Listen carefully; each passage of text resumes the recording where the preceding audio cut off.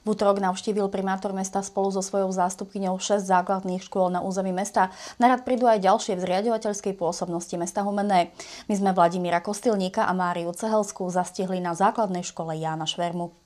Hľadáme východiska, ako šetriť v rámci rozpočtu, aby tie dopady na naše jednotlivé školy boli čo najmenšie. Vláda Slovenskej republiky prehodnotí rozpočet k 30. júnu. Nasledovať budú úsporné opatrenia, viazaných je 10 a 5%. Chceme spoločne hľadať východiska, ako z tejto situácie von, no a zároveň sa informovať, aký je stav na školách, stav materiálno-technického vybavenia, no ale na druhej strane aj personálneho vybavenia. Sme sa minulý týždeň dozvedeli, že sme boli úspešní v projekte zo štrukturálnych fondov.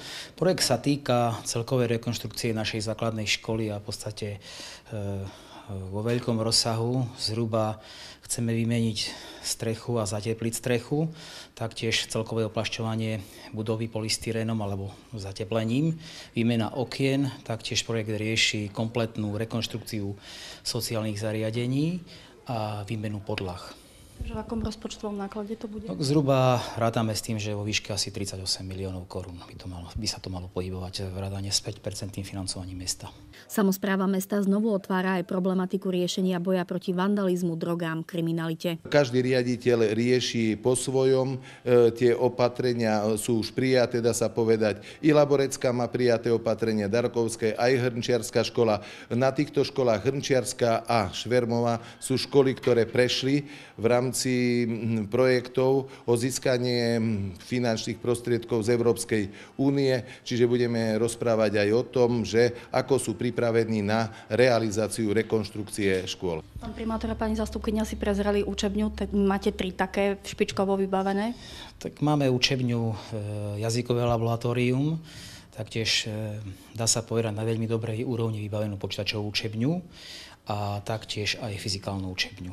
No, máme ešte, dá sa povedať, špičkovými technológiami vybavenú učebňu chémie, druhú počítačovú učebňu a učebňu multimediálnu.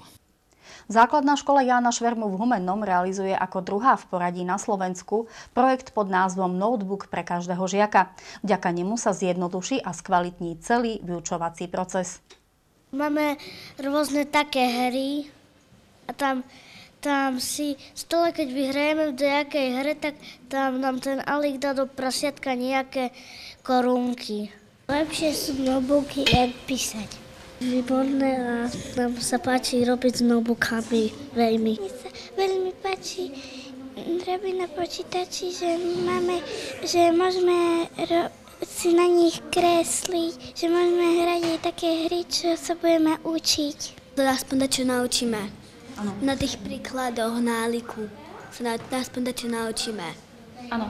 A čím ťa to baví? Že je to také s obrázkami a tak? Áno. Ja si myslím, že je to v prvom rade pre deti oveľa pútavejšie, čiže je to pre nich za každým niečo nové môžeme objaviť. Čiže či už, čo spomínali deti, pracujeme s tými výukovými programami, ako napríklad Alik šlabikár, Alik matematika alebo Ferdom Mravec. Potom sú to prváčikovia, čiže oni ešte nevedia čítať a písať. My sa postupne učíme písmenka, ale my sa za ten čas učíme ovládať. Čiže zapnúť počítač, ovládať myšku. Máme veľmi dobrý skicár na kreslenie, v ktorom môžu si doplňať obrázky, dokresľovať. Učia sa, čo je to rovná, krivá čiara, základné geometrické tvary si pritom zopakujú. Čiže je to pre nich niečo iné, čo majú v šlabikári alebo v písanke. Ale samozrejme nevynechávame ani to. Oni sa potrebujú poriadne naučiť písať a čítať. Čiže aj píšeme do písanok, ale zapájame do toho aj prácu s počítačom. Súčasťou projektu je aj interaktívna tabuľa. Ja im tam môžem pomocou vizualizéru presvietiť čokoľvek, či šlabikár, či písanku. Môžem im to jednoduchšie demonštrovať, ukázať, kde to majú doplniť. Deti chodia k tabuli doplňať. Čiže je to také, ja by som povedal, viac pútavejšie. Vždy niečo iné objavíme, alebo nejaký obrázok. Postupne, keď už budú poznať písmenka, chceme sa dostať aj máme tu internet, čiže budú si môcť niečo hľadať na internete. Hej? A v tom druhom ročníku by sme chceli už to tak spustiť, aby si nosili notebooky domov. Matúš a Samko, vy sa v škole hráte? Veď to sa nemá. Má sa učiť. Na tých hrách sa dá aj učiť. Super. Aj taká matematika. Včera sa v priestoroch školy uskutočnil seminár určený pre učiteľov. Zatiaľ jestvujú na Slovensku 4 školy, kde funguje projekt Notebook pre každého. Celková hodnota technického zabezpečenia projektu bola 650 000 korún, výlučne zo sponzorských prostriedkov a darov. Som veľmi rád, že to napadlo na úrodnú pôdu práve tu v Humennom, na tejto základnej škole Jána Švermu, a že to zaujalo vedenie školy, ktoré sa rozhodlo, že chce takýto projekt podporiť, chcú byť vpredu, chcú byť naozaj medzi tými top školami na Slovensku, ktorí sa do takýchto experimentov púšťajú, a zdá sa, že to má naozaj veľmi dobré výsledky a že sa ukázalo, že to bolo správne rozhodnutie. Tieto informačné technológie sú skôr ako pomôckou, aby pochopili, že to nie je nejaká hračka, nie je to nič, nejaký strašek. Je to skôr pomôcka, ktorá im pomôže sa vzdelávať a pomôže im napredovať a byť pripravený na ten reálny život, a samozrejme aj tým školám tieto technológie využívať. Musíme zaškoliť týchto učiteľov, pripraviť ich a naučiť ich, ako správne metodicky tieto pomôcky používať.